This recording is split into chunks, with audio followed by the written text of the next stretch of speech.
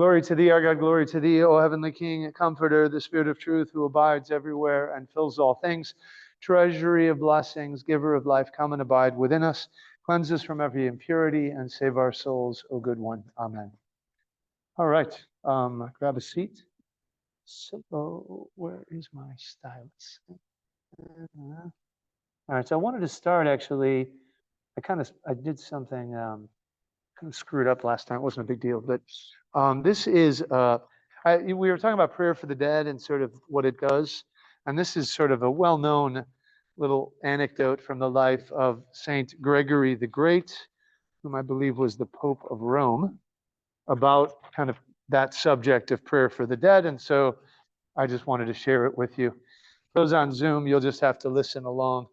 I'll read it from the start. It says, some of our people also tell a story related by the Romans of how the soul of Emperor Trajan, who was a pagan, was refreshed and even baptized by St. Gregory's tears, a story marvelous to tell and marvelous to hear.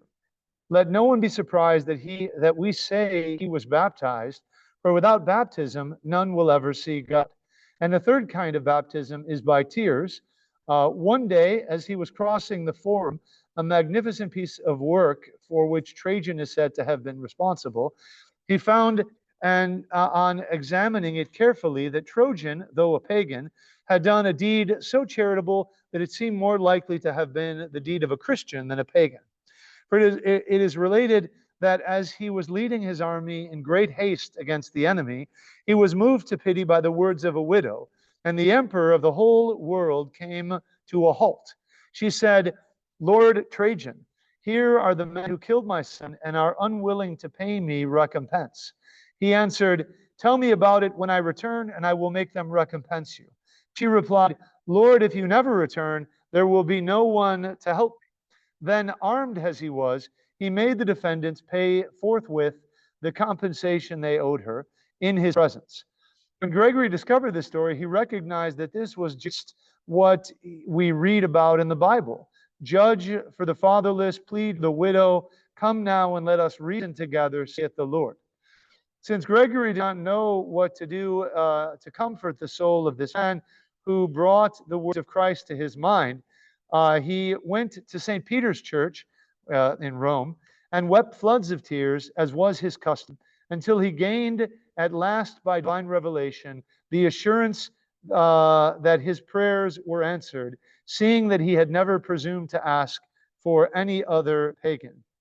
So basically the story is that he sort of, there's other versions of it, but the point is that St. Gregory sort of through his prayers was able to pull Trajan, a pagan, out of hell, we can kind of assume, and put him in heaven. So that's just a little tale.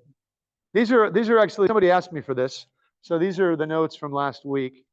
Yeah, so I mean, those are really, you can just put those to the side. They're not relevant right now. Okay, and then I think there was one other question from last week as well. Yeah, so, I got to be honest, I was not able to get a particularly great answer to the question of the difference between trisagions and mnemosina or memorial services. Really, the best thing I got is that, the memorials, I think generally it seems that the memorials are done in church, often kind of appended to like Vespers or liturgy or matins, whereas the trisagion services typically are done kind of elsewhere. So if you're at the gravesite, yeah, or exactly like at a wake, for example. So anyway, that's kind of what I was able to glean. There wasn't a lot on it, and so I did the best I could. And again, yeah, usually with a memorial service, it says here a plate of koliva is blessed and distributed to those present in memory of the departed. And then I mentioned before, this is kind of originates in the words of Christ in John's Gospel. Most assuredly, I say to you, unless a grain of wheat falls into the ground and dies, it remains alone. But if it dies, it produces much grain. So hopefully that kind of sheds some light. So I'm going back 2 slides because we kind of got cut off midstream. We were talking about 40 days, the commemoration that's done on the 40th day. So I'm just going to repeat these slides and then we'll kind of move on. But we We stopped in the middle of the 40 days. So as Christ was victorious over the devil, having spent 40 days in fasting and prayer. So the author is sort of making an analogy between, after Christ was baptized in the Jordan, he went out into the desert and was tempted for 40 days. The devil appeared and said, turn these rocks into bread, or throw yourself down from the temple, or, bow down and worship me, right? So that's the analogy that he's making. In fasting and prayer. So the Holy Church likewise, offering for the departed prayers, acts of charity, which we'll talk about more in a minute, and the bloodless sacrifice, meaning the divine liturgy, throughout the 40 days, asks the Lord's grace for him to conquer the enemy, the dark prince of the air, and that he receive the heavenly kingdom as his inheritance. So pretty clear. That was actually a slide I think we read last time. So, and then this is, I think, a redundant slide, but I'll read it anyway just to kind of keep us up. St. Macarius Alexandria, discussing the state of man. So remember how we talked about how he seemed to have this massive revelation about what happens to the soul of a human being after they die.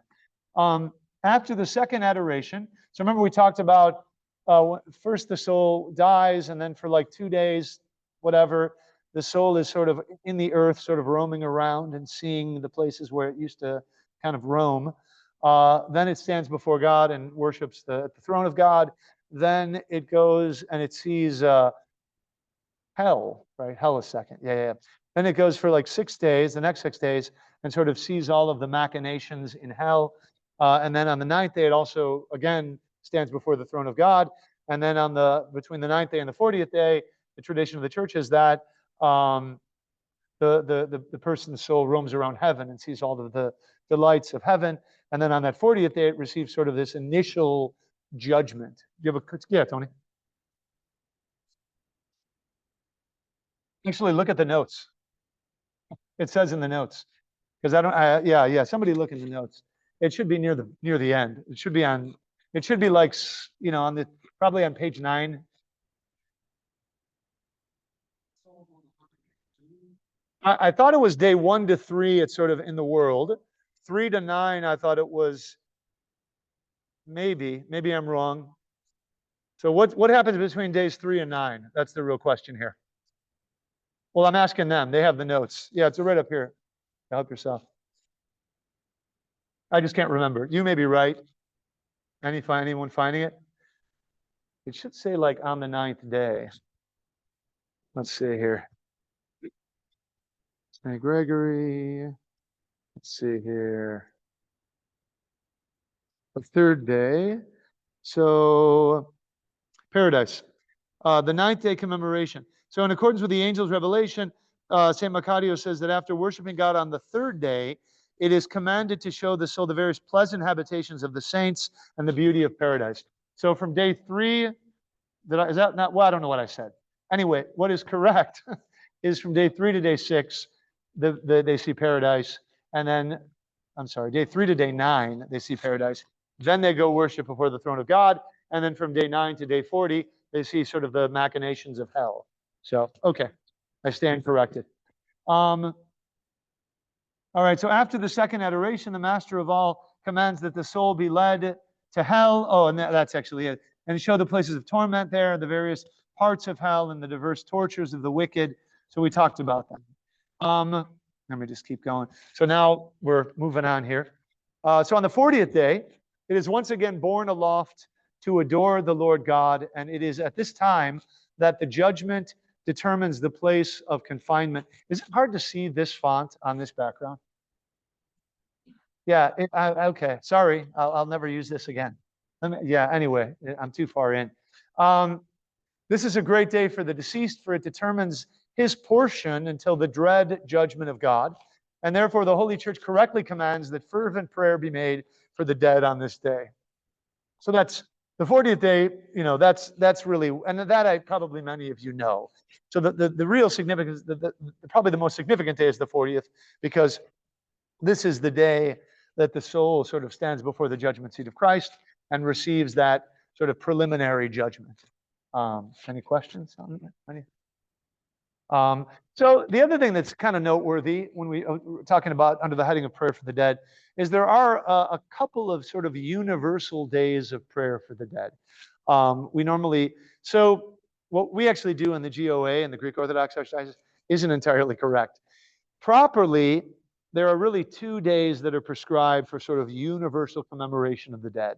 And what we do a memorial, the mnemosino. People bring the boiled wheat typically, and they'll give names. One is the like 9 days, the Saturday that is 9 days before the start of Lent. It's meat fair, right? Yeah, meat fair Saturday. And the other one is the Saturday that is the day before Pentecost, right? So the practice on those days is what we've done in the Greek Orthodox Church. I don't know why, I don't know the history, but we've added, in addition to meat fair Saturday, we've added the next 2 Saturdays as well. I don't know why that is. I don't know.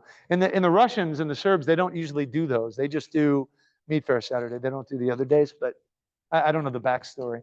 Sorry, question? So the first, I'm just going to read what it says. The first universal ancestral Saturday is on meat fair Saturday. It falls during the meat fair week and before the last day on which one may eat meat before the great fast begins.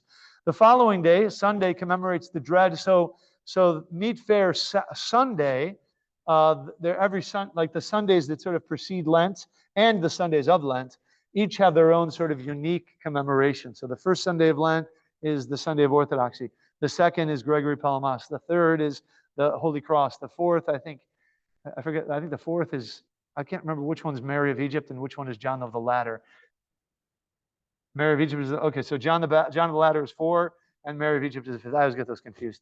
So, but also prior to the start of Lent, this particular Sunday, which really is like 8 days before the first day of Lent, is a commemoration of the dread judgment of Christ.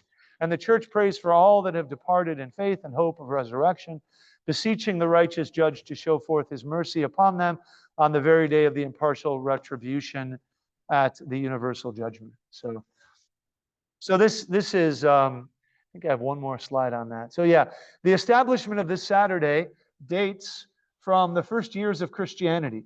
Among the prayers during the divine services on this Saturday, we hear one for all, quote, that from Adam until today have reposed in piety and correct faith, of every calling and every age, for all that have drowned, the battle hath mowed down, that earthquake hath swallowed up, that have been slain by murderers, that fire hath consumed, that have been food for the wild beasts. Right. So this is sort of the content of the liturgical language on that day, which is interesting. You know, it's very so.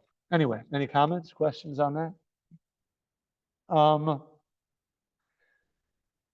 So the other day, which I, oh no, wait, this is this. Well, I'm just gonna, oh, and then this can continue. So birds and serpents that have been struck by lightning have perished in freezing cold, that have fallen by the sword, that the horse hath trampled, the rock struck, or the earth covered up, that have been slain by the deadly potion or poison, or have choked on bones. So kind of a archaic, you know, things that would happen, but not too many people are trampled by horses nowadays. But anyway, so this is sort of the, you know, how it is, you know, done on this particular Saturday. And then the other Saturday, which is the next slide, I believe, is what's called Trinity Saturday. It's the Saturday that it is the day before Pentecost. So, and again, we don't give them a date because these are dates that vary because they hinge on whenever Pascha is, right? So if Pascha's later, they're later. If Pascha's earlier, they're... So this falls on the eve of Pentecost, hence the appellation Trinity Saturday. On the day of Pentecost, or Trinity Day, the Holy Spirit descended on the earth to teach, sanctify, and lead all people to eternal salvation.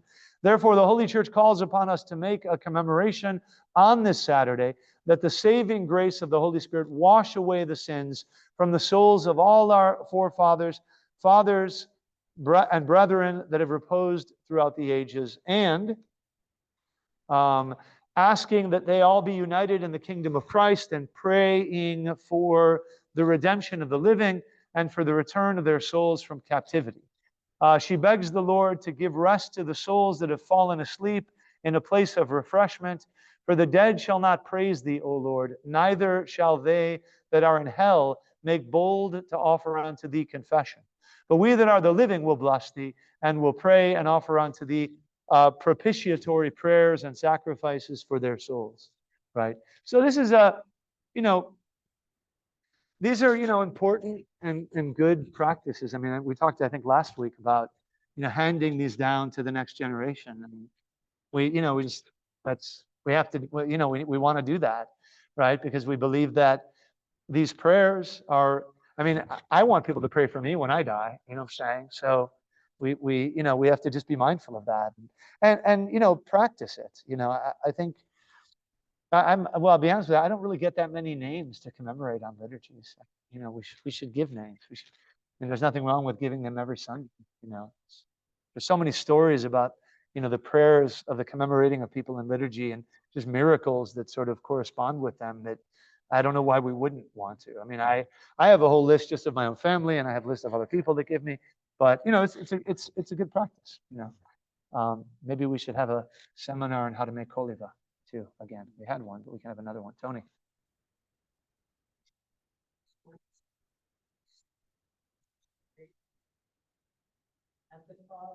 It's a good question. So I'm going to look that up because I got to be honest. I don't know, but I'll make a note. Okay. So yeah, because I've heard that. I mean, some people say that like if you die like during Bright Week, you automatically go to heaven. I don't know if that's true or not. That seems a little questionable, but yeah. So I don't know, but I'll look and see. So it's kind of like there's like a what's the term like when they like there's it's like everybody's out for like for the 50 days kind of. There's like a what do they call it? There's a term I'm looking for. Well, yeah, kind of a recess. No, there's a anyway. But yeah, I don't know, but I'll see if I can find anything on it.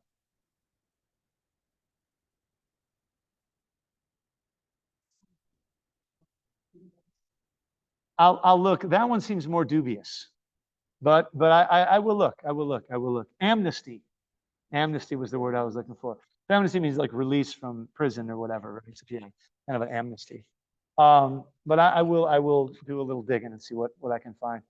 So now I want to talk about alms for the dead because I think I don't think we think about that a lot, and I rarely, if ever, hear about it, right? But it's something the church talks about, and there are a number of stories about the efficacy of alms for those who have died and sort of the help that it gives them, right? So I'll read this one. It says, the blessed Luke relates that he had a brother who, having become a monk, concerned himself little with his soul and died not having prepared himself for death.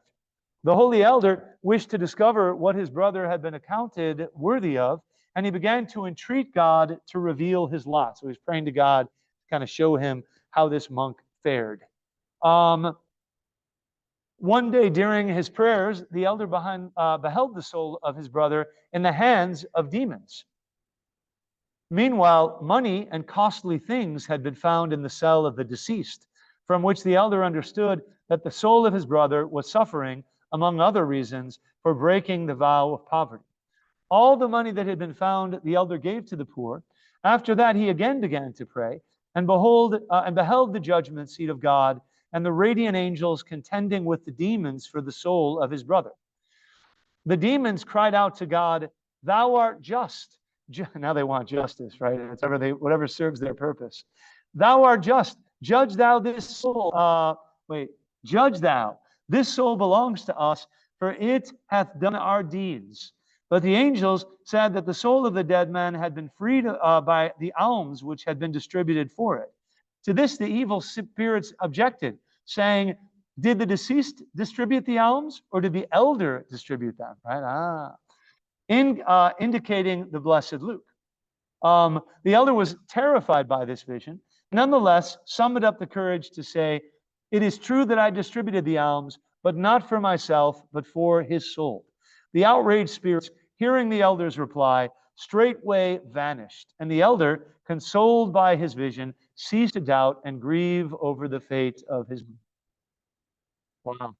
right? So, and that's not even alms given, or directed to be given by this monk, right? So it's not as if this monk left a will and in the will said, distribute all my goods. Presumably he's died an untimely death, and he had hoarded all this stuff, right? That he was presumably expecting to use at some point, right? Kind of the worst possible sin. And yet, those alms were effective in helping him. One more story. The holy abbess Athanasia of Egina stipulated in her testament, meaning her will, that the sisters of her covenant prepare meals for the poor in her memory throughout the 40 days following her departure. But the nuns carried out this command only until the 9th day, and afterwards ceased. Then the saint appeared to them with 2 angels and said, why have you forgotten my bequest? Know ye not that alms given for the soul until the 40th day and the feeding of the poor move God to mercy, as well as the prayers of the priest? If the souls of the departed were sinful, God granted them remission of sins, and if they were righteous, the charity performed on their behalf serves for the salvation of them that perform the charitable works. Having said this, Venerable Athanasia drove her staff into the ground and vanished. The next day, the sisters saw that her staff had sprouted. Then they gave glory to God, the creator of all things. Right? So, very important. I have a friend who I know, he had told me that when his family died, they left him a sizable amount of money. And so he told me, he said, I took 10% of it and I just gave it to a cause or the church-related stuff. And he said, in their name, So, I mean, these are things, we need to do. And the reality too is, I mean, with money, we need money to, pay the bills and all that, but ultimately, we don't want to, I'm talking to my sister once. Now I'm going to kind of editorialize, so forgive me. I was talking to my sister once, and we were talking about like dying broke. And I said to her, I think she was talking about someone who's very wealthy who wanted to die broke. And I said, listen, I said, did want to be, because, people say that, but a lot of times what they mean is they want, after they die, they want to give away all their possessions. But that's not dying broke. Dying broke means you're broke and then you die, right? And that's obviously much more risky, because what if you don't die? What if you live another 30? What if you think you're going to die at 90, you give everything away at 89, then you live to 120, right? But I remember reading a book on this subject, and the author said, he said, there's giving and there's leaving, right? So if you die with money and you give it away to charity in your will, you're not giving it, you're leaving it, right? But leaving is very different than giving, right? Just something to think about. I mean, I think about that in my own life. It's, you don't want to die with a whole lot of money, because you're going to be like that monk we just read about in the story, So we have to be very careful about it. Obviously, we have to be responsible, but we also don't want to be hoarding. That's a sin. Any comments, questions? Anyone? All right. Yeah, shoot.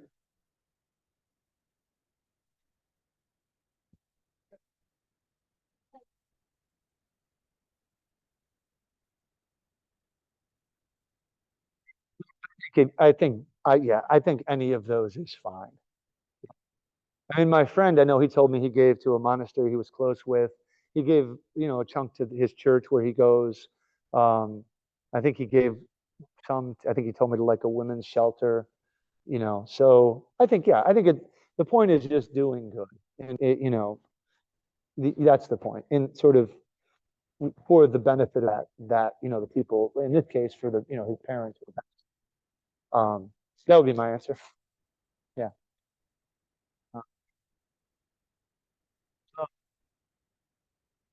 So this is kind of jumping into a new gear. This is sort of the heading is our attitude towards death. This is actually from an article of, I don't know if you ever heard of Metropolitan Anthony of Prose. He was very well known. Anthony Bloom. He wrote like Beginning to Pray, two well-known books. He was very prolific and quite, quite wise. So this is sort of the heading under the heading of sort of how we look at death, how we approach death, how we kind of see it. He writes, quote, Death is the touchstone of our attitude to life. People who are afraid of death are afraid of life. It is impossible not to be afraid of life with all its complexity and dangers if one is afraid of death. This means that to solve the problem of death is not a luxury. If we are afraid of death, we will never be prepared to take ultimate risks. We will spend our life in a cowardly, careful, and timid manner, right? And so, what I think of in that is I think of St. Paul, right? Who, he said in First Corinthians, I think, he says, for me to live is Christ, but to die is gain, right? And so he was just fearless. He did whatever he had to do. He was in prison. What did it matter? I mean, he knew that as long as he was alive to spread the gospel. And when he died, he was going to go into whatever reward God was going to give him, right? So if we're afraid of death, we're always going to be sort of living timidly, right? And we're not going to be able to, I guess part of it too is how can one ever be like, if God forbid, I mean, maybe not God forbid, maybe it'd be a good thing. If we were called to be a martyr, right? If we're afraid of death, we're going to run. We're not going to, like you see the saints who didn't run away from it, but they ran to it, right? And they're like, and there's one that was like, remember he was like on a griddle, he was being griddled by, and he said, he said to him, turn me over, I'm done on this, so that's living fearlessly. So it is only if we can face death, make sense of it, determine its place and our place in regard to it, that we will be able to live in a fearless way and to the fullness of our ability. Too often we wait until the end of our life to face death, whereas we would have lived quite differently if only we had faced death at the outset. Now, and I'll tell you what I think of when I read that is I think of how often people are afraid to bring children to funerals, right? I mean, to me, that is the opposite of good. That's like totally wrong, right? I mean, I think it's just part of, and even, I mean, you could even say more broadly, kind of our cultural tendency want like to beautify death and to get it as far away from us as possible, right? So there's like, it's almost like our culture is sort of allergic to death. I mean, I think that's a fair, and obviously it's not allergic in a biochemical sense. But I think that's super unhealthy. I mean, in the oak tree, they would wake the person in the house, and they wouldn't embalm them. They wouldn't put makeup on them and fix their hair. And, they wouldn't do any of that. Right. And now that's like what you got to do, and people come up and they'll be like, he looks so beautiful. Well, they look so, I'm thinking to myself, well, they look pretty dead to me. I wouldn't say that out loud. I would just think that in my head. But that's problematic, right? And it's also what we then are giving our kids, because obviously if we don't bring our kids, there's a whole, we're creating a climate, or maybe I could say we're perpetuating an unhealthy climate, right, by doing that. I would always bring my kids to funerals. Yeah. Yeah, and I've only seen a few. I really haven't been to very many funerals where they haven't even embalmed them. But they look different. They look dead. They look dead, but they are dead, right? Yeah, Anna.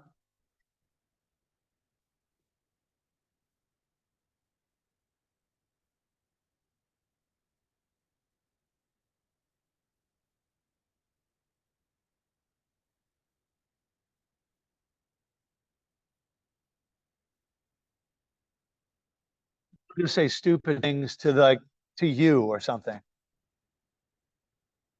Wait, what? Good thing it wasn't your kids. Okay, well, sure.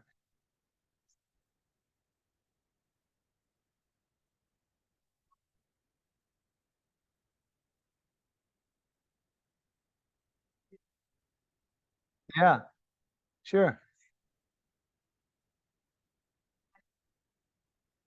Well, they don't know what to do. They know what to do with you, kind of. Like, what do we do with Anna? You know what I'm saying?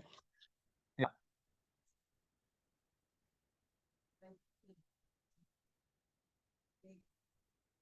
Sure. I think sometimes that's also why you have sort of cultural practices like, memory eternal, right? So it kind of simplifies the exchange, right? Which is good. I mean, obviously, I'm sure you had people that we're with you quite a lot. I mean, obviously we only have so many really, really close friends, but no, what you're saying is true. Now, I was like, Father, yeah, Father, yes, yeah. we can't hear the questions that people are Oh, asking. okay. You know what? Hold on. Let me see if I can remedy that. Hold on one second. I think I might. I'm going to see if I can get. I don't know if this other microphone works, but hey, we'll give it a whirl. So this will be the microphone for question askers. All right. It will be the microphone holder. It'll be like Phil Donahue. So okay, I'm trying a new microphone. So I have two microphones. So thanks to my sister. No, we have my wife has I won't name any names. My wife has like a young godchild, and we kind of, this sounds bad, but it really isn't. And I think it kind of ties in with this. Well, she's like, I don't know, 5, 6, 7 years old. And sometimes we'll say, like, I don't know how it'll come up, but we'll be like, everyone's dying. We're all dying, and then I'll be like, and I'll say this girl's name, we'll call her Maria. I'll be like, Maria's dying. And she's like 7. And 7 was like, whatever, Dad. But I mean, we're all dying. We're all dying. Everyone's dying. We are. It's objectively the fact. We're all dying. We're just dying. We're living to die. We're going to die. Right. So, I mean, having a healthy, perspective on it is, good. And giving that to our kids is good as well. I have like a real life situation to kind of share with you on that. So this is is that Mary Jo Kruger? Yeah, yes, that's Mary Jo. Hello, Father, and everyone. So we lost our niece at 4 years old, and my daughters were young. They were 9. We took them to the funeral. We explained everything, and there was still a lot of trouble in understanding the whys of that. Like, why would God do that? Is kind of the question we had to answer a lot. So I would love to hear from you, like how to counsel children.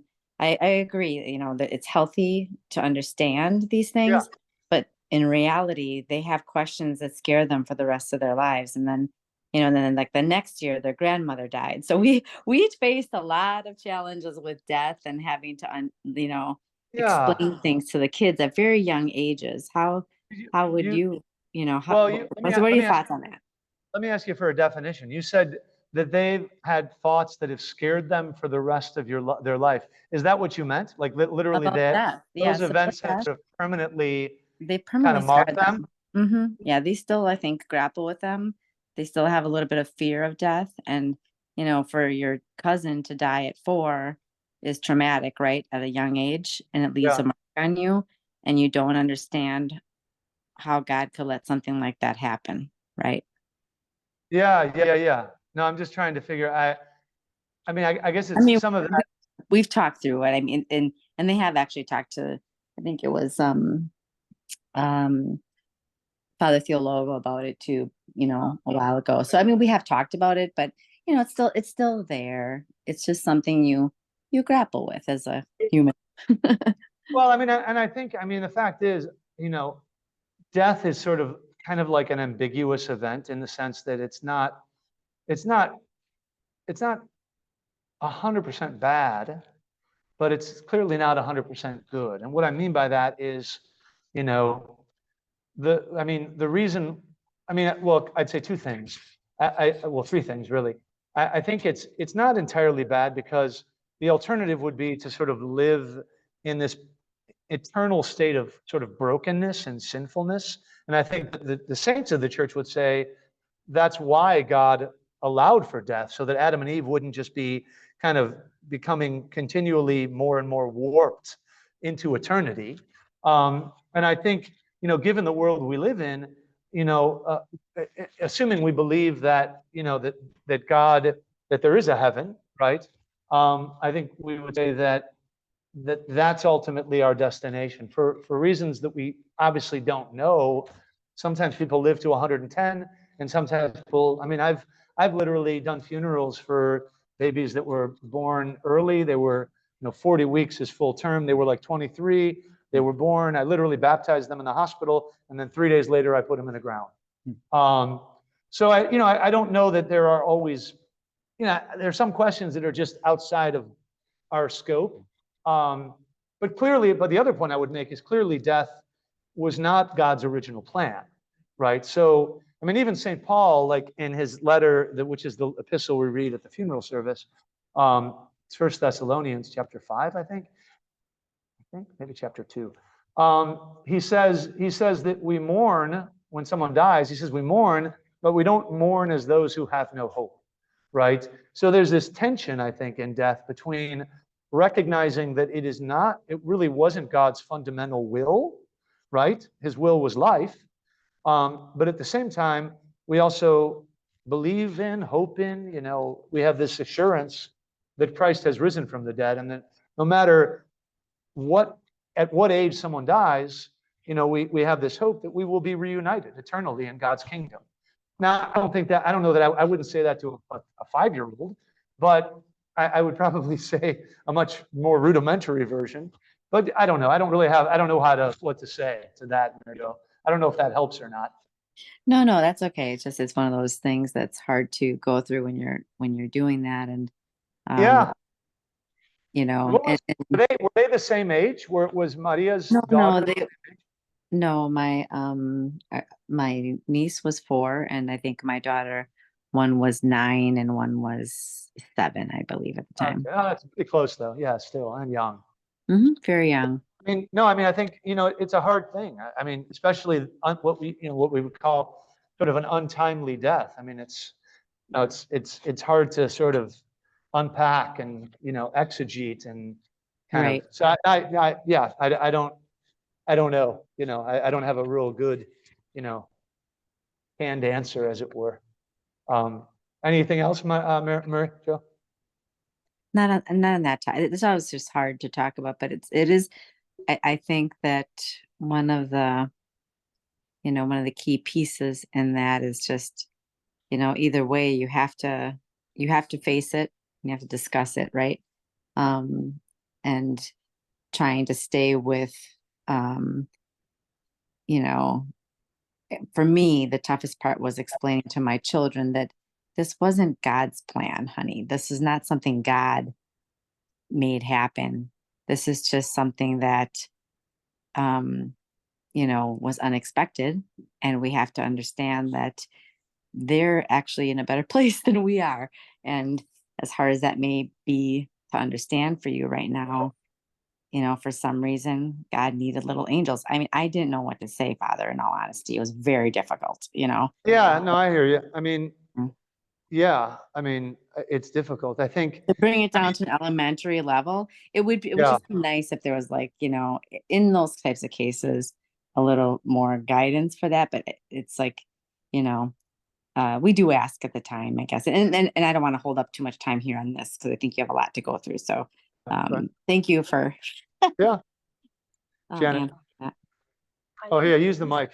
Hey, those on Zoom, can you let me know if I have a second microphone that I'm passing around to the questioners. So can you let me know if the questioner is more audible now than they were when you mentioned it earlier?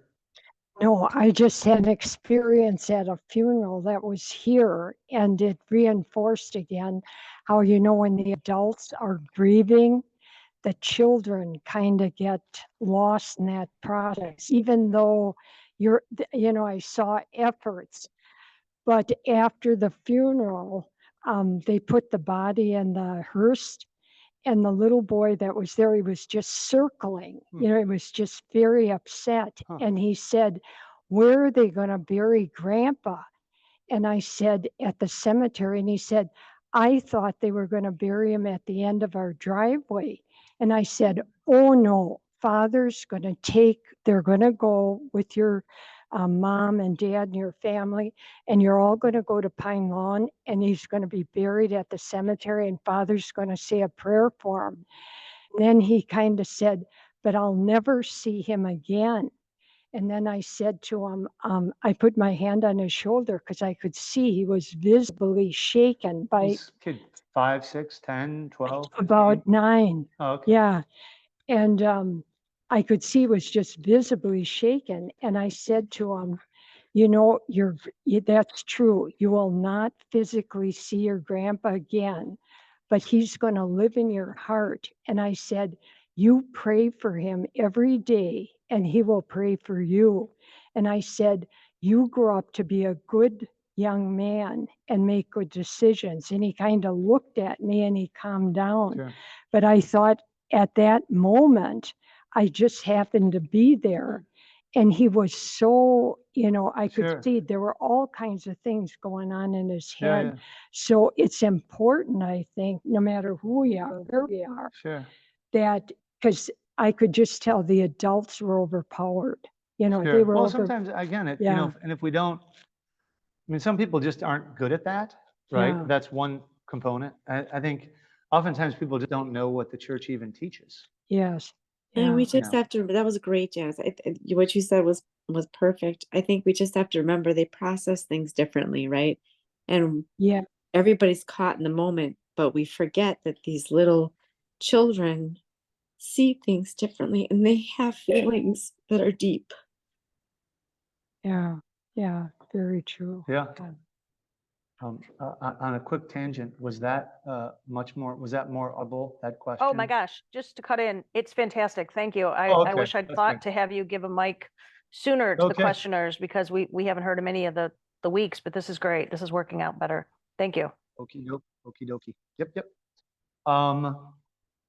Let's see here. Did we read this? Well, if we didn't, we won't. So the injunction, be mindful of death, is not a call to live with a sense of terror and the constant awareness that death is to overtake us and that we are to perish utterly with all that we have stood for. It means rather be aware of the fact that what you are saying now, doing now, hearing, enduring, or receiving now may be the last event or experience in present life. Seems like a reasonable kind of thing to strive for. In which case it must be a crowning, not a defeat, a summit, not a trough. If only we realized whenever confronted with a person that this might be the last moment either of his life or ours, we would be much more intense, much more attentive to the words we speak, the things we do. Right. And I remember getting I don't have it, but I remember getting a sign from some clergy gathering where it said something like, serve this liturgy as if it is the last liturgy you will ever serve. Right. So kind of a similar idea. There's a Russian children's story in which a wise man is asked three questions. What is the most important, is asked three questions. Yeah. What is the most important moment in life? What is the most important action in life? And who is the most important person? As in all such stories, he seeks everywhere for an answer and finds none. Finally, he meets a peasant girl who is surprised that he should even ask. The most important moment in life is the present. It is the only one we have, for the past is gone and the future not yet here. The most important action is in this present is to do the right thing. And the most important person in life is the person who is with you at this present moment and for whom you can either do the right thing or the wrong. That is precisely what is meant by mindfulness of death. So, comments, questions on that?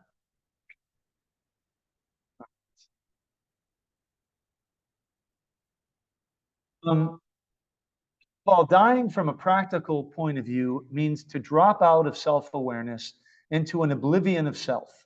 So meaning we lose awareness of ourselves is what he's saying. This is something many people are afraid to do. Yet each of us goes to sleep every evening, loses himself completely in sleep and without any fear. Why? Because we feel certain that we shall wake the next morning. We trust that the next morning will dawn for us, that sleep is a temporary experience. Could we not treat this as a parable of the process by which we die and wake in eternity? For in reality, there is a great risk in closing one's eyes and going to sleep. There is no more dangerous place than one's bed, as noted in the story of the sailor and the peasant, who were considering the dangers of their respective conditions. The peasant insisted that he would never risk his life on the sea. It is far too dangerous. When the sailor asked why he should think so, the peasant replied, "Where did your father die? At sea. And your grandfather? Also at sea. And you still can't see how dangerous it is to go to sea?" But the sailor countered the question with his own. "And where did your father die?" "He died in his bed." "And his father?" "Also in his bed." and yet you dare to go to bed each night. In this sense, we ourselves face death trustfully and confidently each night. And when this kind of temporary death does not come easily to us, we even go so far as to take sleeping pills or nightcaps. Is it not curious that we fail to draw conclusions from the simplest things of life? So I think what he's trying to say there, it's kind of a funny story, is simply that, we really don't know. We trust that we're going to wake up, but really, it's kind of comical, but probably the majority of people that die in America probably die in their beds, over the course of a night's sleep, right? And so the bed is a dangerous place, right? Yeah, that's right. And the prayer that I say before I go to bed, it's into thy hands, O Lord, I commend my soul and my body. Do thou thyself bless me, have mercy on me, and grant me life eternal. So, but is that the same? Oh, okay. Funny. Did you learn that when you were a kid? Yeah, unfortunately. Huh. All right. So now I want to switch gears to the toll houses, which is, yeah. Because it's still the same. So, being a priest, I'm sure you've seen a lot of people dying. Yeah. And I think no matter how much we prepare, we should be prepared for death by confession and by taking communion. But I can imagine, because I think about that a lot, I can imagine that it's still scary because with all that, you don't really know. Maybe I'm wrong, but you don't, I don't know. We don't know where we're going, and we hope for God's mercy, but we don't know.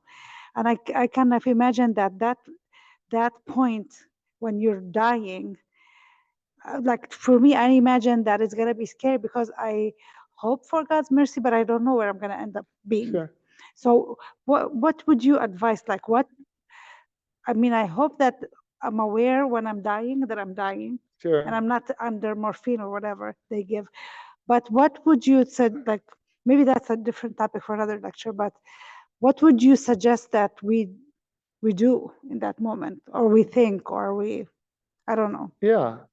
Well, meaning when we are When you're particularly close yes, to the end. Is yes, that what you're saying?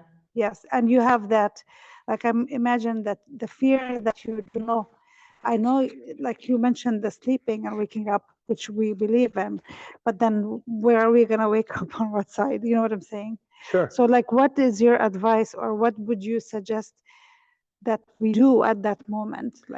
Well, obviously, the suggestions I'm going to give are suggestions that are only valid if you are conscious, right? If you're not conscious, probably, what you might, we've kind of talked about some of this. I think if I'm not conscious, but I haven't yet died, certainly I would like my children or my wife to have the priest come and read, the appropriate prayers over me for the separation of the soul from the body, which we talked about last week. If I am conscious, I would say, I would want the priest to come and hear my confession and receive communion. I think that would be probably the best. And then, I'd probably just say the Jesus prayer, maybe have my kids read the Psalter or something to me, that was what I would say. And I will say, I can count on one hand the number of confessions I've heard of people that are dying. Either they just aren't, here's a problem. Let me tell you a problem. Well, either they're so doped up or out of it that it's just a mood issue, or what happens for a lot of people is because we aren't living from our youth in the faith, we think that, I'm on my deathbed, I'm going to repent. But really what functionally happens is our soul becomes harder and harder and harder and harder. And when we're on our deathbed, if that's the trajectory we've lived on, we're not going to even care about confession. It's going to be irrelevant because the church has been irrelevant. Does that make sense? I firmly believe that. If people were living the faith and were trying to struggle, they would, if someone was dying, they would be screaming at me at 2 a.m. to come and have their confession heard. I think you can sort of look at it from reverse, right? So the mere fact that so many people die without wanting to have their confession heard can't be a good indicator. That cannot be a healthy, that it can't be. I mean, because, I ask any holy person or any saint, and I guarantee, I mean, if St. Ignatius were to appear here right now, do you think he would say, don't worry about it, just die and don't confession? I guarantee you he wouldn't. If St. John Maximovus was here, what do you think he'd say? He'd say, get your confession before you die and have communion. Absolutely. You know, but it's just not, because what happens is if we aren't living, I mean, if we aren't going to confession, if that's just not, if that's alien to us, it's not going to all of a sudden become a natural water to swim in when we're about to die. That's not how it works. I mean, honestly, it's totally delusional. And it's really sad. It's sad. I mean, it's sad. It's very sad. Because here they could have their confession heard, they could receive communion, but often they'll receive communion, I'll give them communion, but they don't want to confess. And it's just sad. It's sad. I mean, it's sad because but it's indicative of the fact that we really just don't get it. We're just not, we don't get it. Maybe we never, yeah. Yeah. You can hold it and speak. Yeah, you're not gonna be able to hear it, but they can hear it. Okay. Two things. When we are thinking of passing, I think of Psalm 23, yea, though I walk through the valley of the shadow of death, I will fear no evil. Is that after death when we are walking through those, 3 days with the angel and around the world? No, I mean, I would be inclined to think that was just sort of, at that time when he wrote it, that was sort of David's experience, because David had he had good days, but he had bad days. I mean, he was like thrown out by his son, Absalom, I think was his son, who like threw him out and tried to kill him. And then, I mean, before that, Saul was trying to kill him, right? So my guess, that was more something, I don't know. I mean, you can apply it however you want, but probably if you were to try to like unearth its original meaning, it probably wasn't that. It was probably more just David being in a bind. And this was the product of that bind he was in. Does that make sense? Yes. Yeah. And secondly, my history, my father was killed and then my mother died 6 months later. But I understand from Yerondisa that my father had gone to the monastery maybe a month before. And so I always felt good about that. But with my mother, we actually had several priests visit her from time to time. And I know that at least 2 of them took her confession, but it wasn't at the point of her death. Sure. It Well, was- I mean, I guess too, we don't, I mean, that would be great, right? But, I think even if it's, I mean, the reality is the priest can't, the priest probably isn't going to go to your mom's place like every morning and every night, Right. just to catch up on sins she's committed, right? But I also think that God judges our heart and sort of the disposition of our heart.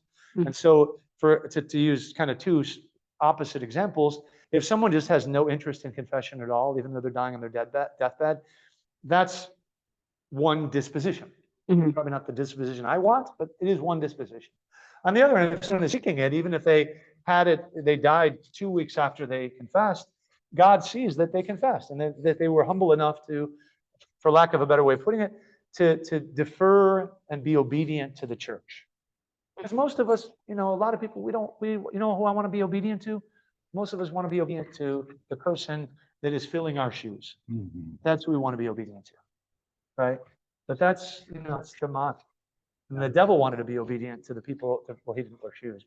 The devil wanted to be obedient to himself, and he took all of his demons and he left the kingdom of heaven, and that his day is going to come, as we read in the book of Revelation, right? So we have to be humble. We have to be obedient. Whatever the church says we should do, just do it. No questions asked. If 2,000 years of holy people, all the saints you see on the wall, if it was good enough for them and it worked for them, it's good enough for me. This might be a good segue between what we're saying right now and the toll house. To be honest, I probably won't even get into the toll houses, but you can ask your question anyway. Well, it's more of a comment if it provides anybody consolation. And I don't know, the Orthodox perspective on this, and I don't know the spiritual proclivities of the peoples that my wife has witnessed. But my wife's been a nurse for probably a good 25 years, many occasions where somebody's on the threshold of death and they understand they're on the threshold of death, and they sort of begin a one-on-one conversation with loved ones, and they feel they're in the presence of loved ones. And, I mean, I love my relatives that have passed, but I don't necessarily sit there and feel like, there's Aunt Rose. And, oh, it's so good to see. It's so good to see my grandmother.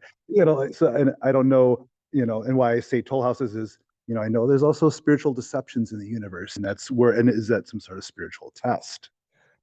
So the thing so you're saying that people that are sort of approaching death imminently will sort of see relatives Yes. who have passed themselves. Correct. My wife has been in their Okay, presence where sure. they feel like, that wasn't entirely clear.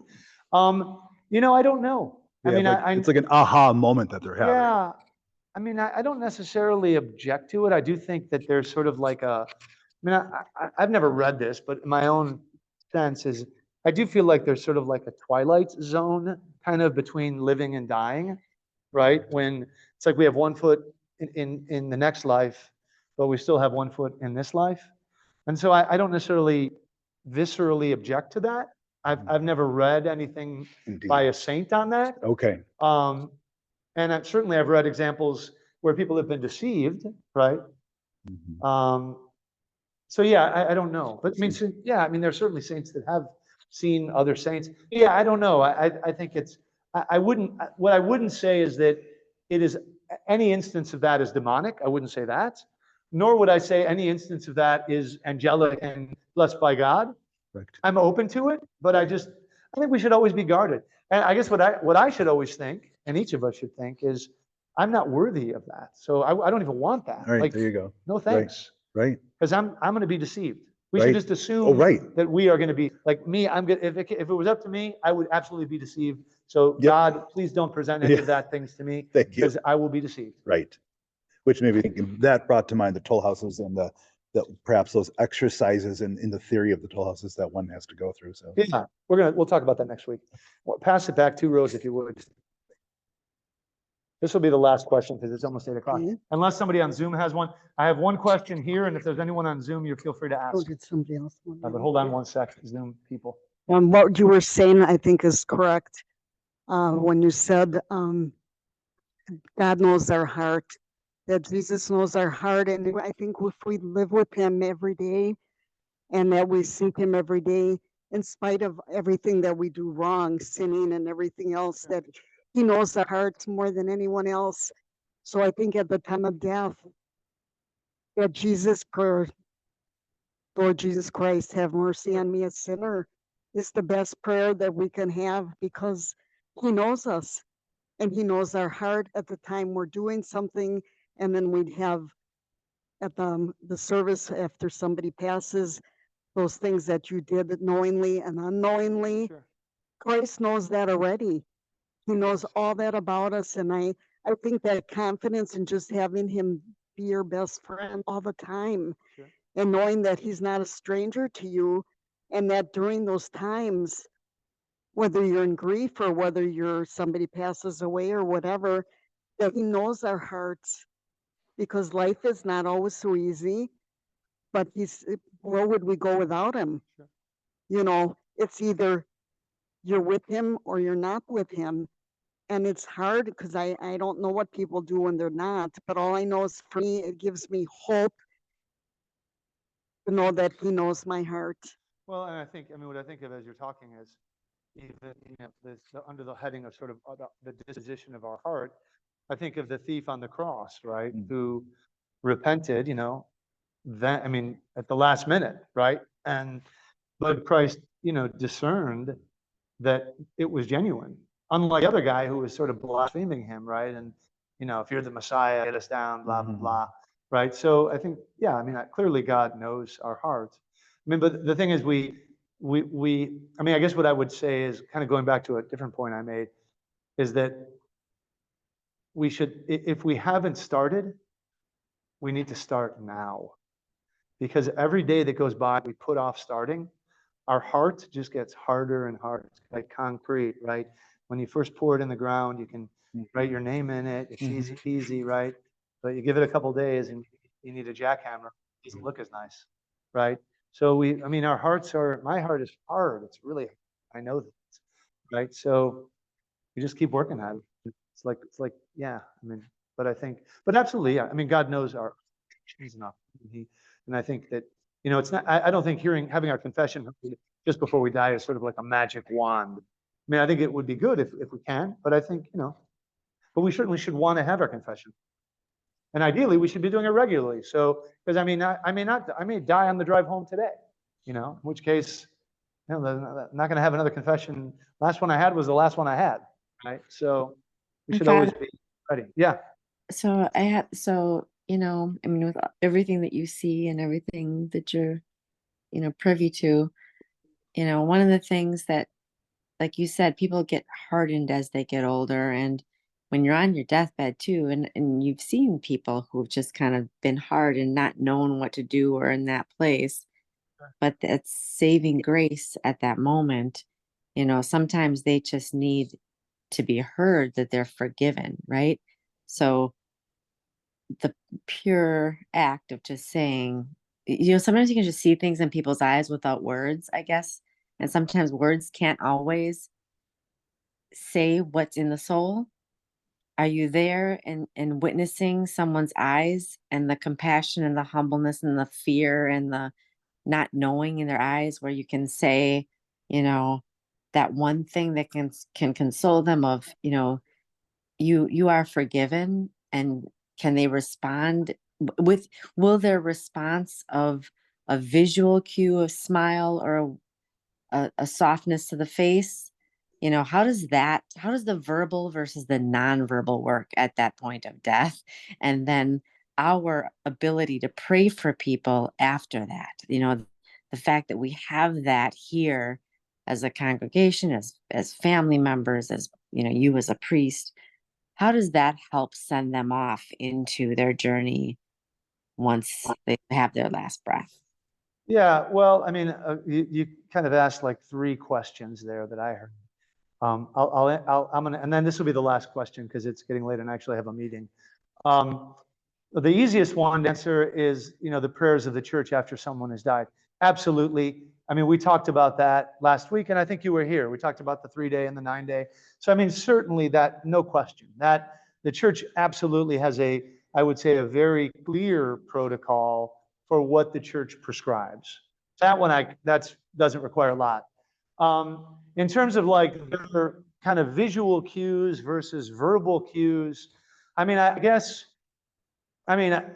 say a couple things. I mean, if they can't articulate a sin, I don't know. I mean, I can't. I mean, if they can't articulate a sin, I certainly can pray over them, but I can't absolve them for kind of a twinkle in their eye. I mean, I don't say that to be sarcastic, but I mean, I think, I will say this, that I do think that, and I've had this happen, where people, in all honesty, Mary Jo, people don't think they have anything to repent of. I mean, that has happened. I mean, and Yeah. again, I mean, I can't help you if you have nothing to repent of. I mean, there's nothing. It's like going to the doctor with a broken leg and saying, my leg's fine. Well, I mean, the doctor can't do you much good if you have a broken leg and you aren't aware of it, right? So, I mean, I think, we do what we can. We hope that God is merciful to them. And we don't know, I mean, I don't know the algorithm of the kingdom of heaven. So I would never say, and this is I would say 2 things. I would never say someone is in hell, and I would never say someone in heaven. I won't do that because I don't know. I will say, and if you're attentive at a funeral, what I'll say is, we pray that this person is in heaven, or it is our hope that this person is in heaven. I will never say they are because I don't know, right? So, I mean, that judgment is God's and that's mine, and I would never presume to sort of take that on. But again, I mean, do we want to wait? I mean, if I can still talk now, then now is the good time to go to confession. And if I lose that ability and don't have the opportunity to confess, I'm rolling the dice. So I don't want to be insensitive, but I also think that we need to be careful about, as the priest, what I definitely don't want to come across as saying is, don't worry about it. I would say worry about it. I would say as long as you can speak, regularly go to confession.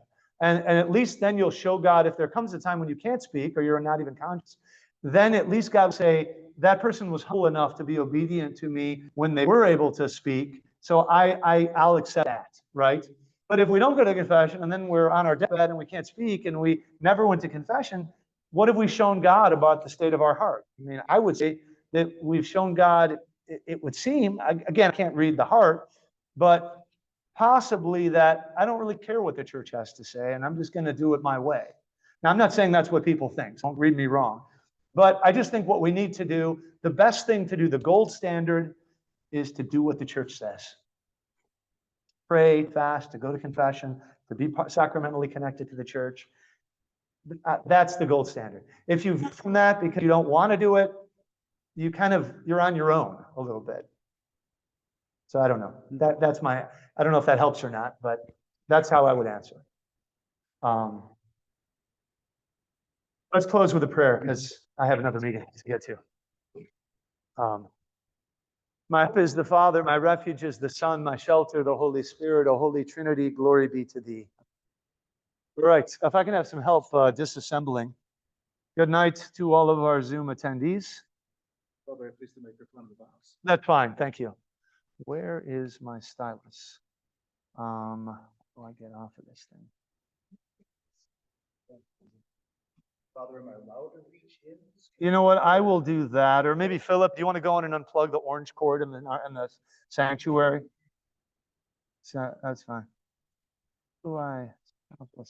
Kali Nikta. Kali. Good night, Vivian. Okay.